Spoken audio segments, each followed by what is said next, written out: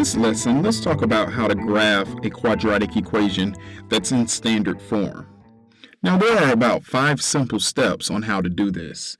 We even talked about in a previous lesson that standard form is y equals ax squared plus bx plus c. Now, I'm going to give you a sample equation that we'll graph together. All right, so write this down. Y equals x squared minus 2x minus 1. Step 1 in graphing quadratic equations in standard form is to identify the coefficients. The coefficients are the numbers that are in front of the variable. Whatever number in front of the variable, that's your coefficient. A coefficient cannot be a letter, it cannot be a variable, it has to be a number. All right, so in this case, your coefficients are the variables that we're looking for. A is 1. Now, you may say, where did I get 1 from? All right, but you don't see a number in front of x squared. And you should remember that anytime you don't see a number in front of a variable, it is assumed that that number is 1. So A is 1, B is negative 2, C is negative 1. Step 2, identify the direction of the graph. You should also remember from a previous lesson that A tells you the direction of the graph. If A is positive, the graph goes upward. If A is negative, the graph will go down. So in this case, the graph is positive 1, so it's positive, so the graph goes up. All right? Step 3. Step 3 is to identify or to determine the x coordinate using this formula. X equals negative b over 2a. We're just going to plug in. X equals negative b divided by 2 times a. Two negatives, that's a positive. 2 divided by 2, x equals 1.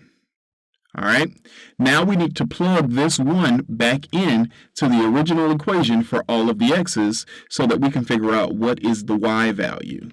So if I plug it back in, I would get y equals x squared minus 2x minus 1. 1 minus 2 is negative 1.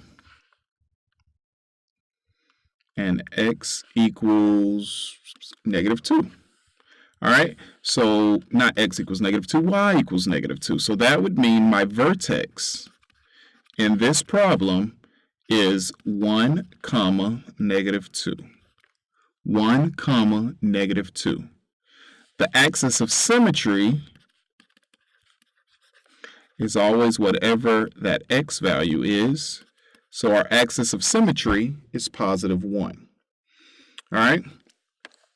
So let's insert a graph here so that we can start graphing.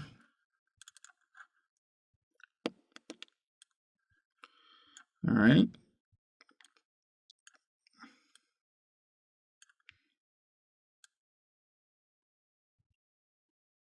All right, so we have a graph here. So we just said that the x value, got to be able to write on the graph. Yeah, the x value is 1, negative 2. So that's right there. That is your x value.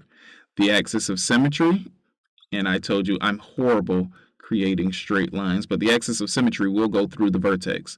We know that the graph will go upward. All right, so it's going to be somewhere like this. We just have to figure out what are the other points on this graph. All right, so to figure out the other points on the graph, I'm going to just choose some other x values that we can plug in. For example, if I was to plug in 0 for x, we would have y equals 0 squared minus 2 times 0 minus 1. 0 squared. 0 minus 0 minus 1. So y equals negative 1. So I plugged in 0 for x. So this coordinate is going to be 0, negative 1. 0, negative 1. Let's just say that I plug in 2. Let's say I plug in 2 for x this time. So y equals 2 squared minus 2 times 2 minus 1.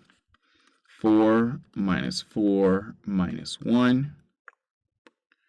0 minus 1 is negative 1. So this time, this coordinate is also negative 1 for y, 2 comma negative 1. The one thing I want you to notice about this is that, look at your axis of symmetry here. The distance from 0 comma negative 1 is equal to the distance from 2 comma negative 1. That's because the axis of symmetry folds the graph in half. The axis of symmetry folds the graph in half. All right, and so that means there has to be an equal distance from the axis of symmetry to either point on either side of the graph. All right, I have 3 points here now. That's actually enough to graph. You connect the dots. Just make sure you have to have a U-shaped graph at the bottom.